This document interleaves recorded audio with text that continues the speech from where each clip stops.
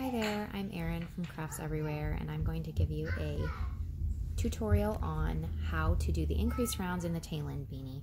So I have round 1 completed here, and this is 10 double crochets in a magic circle, and then I've joined it and I've chained 1, so now I'm ready to do round 2. And this is where we start increasing, so you're going from 10 to 20 stitches in round 2, and so you're placing your first half double in the first stitch with the chain right there, and then you find your first double crochet from your round 1, and that's where you place the first front post half triple, and that's your repeat all around. You're gonna do 1 half double crochet in every single stitch in the back here, and then you're also going to be placing 1 front post half triple in every post around.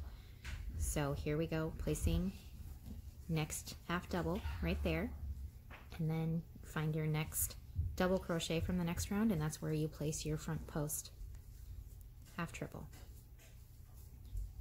So it'll start looking like this. I'm going to pause it for a second so I can finish the round, and then I'll show you what it looks like. Okay, here we go. I have finished the rest of round 2, and it should look like this now, kind of like a wagon wheel basically. And you can see the alternating stitches here, half double, front post half triple, half double, front post half triple, all the way around. And then this is what it's going to be looking like from your view. And then you join, and we can move on to round 3.